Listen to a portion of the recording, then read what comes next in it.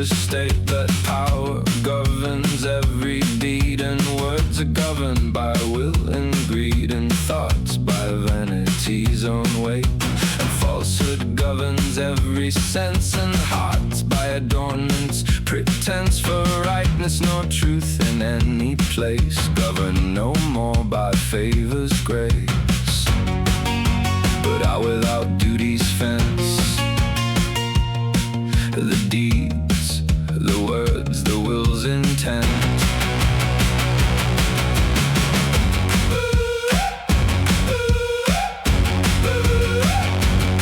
If taken were charity's own face, and if falsehood were truth indeed, and if vexation were a pleasant meed, and pride were humility's grace, and wrong were mercy's own defense, and vexing were instruction, sense, and ill will were friendship's embrace, there are enough of power and place that they might find residence with God through such a power's pretense.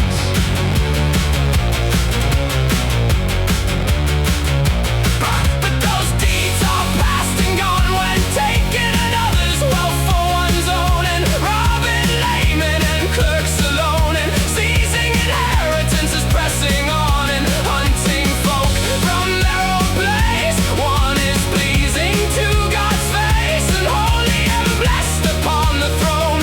Rather he is a fool and overthrown, who thinks to be worth by such a case, by maintaining such deeds in every place. When wrong and disloyalty hold sway, together with non-duty's own way, there must be an evil hope's dark ray, for such is the market, I must say. To the destroyers in their race, destruction must come and take its place, and right is not to blame in any case, when mercy nor pity in any place can hold its profit or its stay. There must right cause wrong to fall away.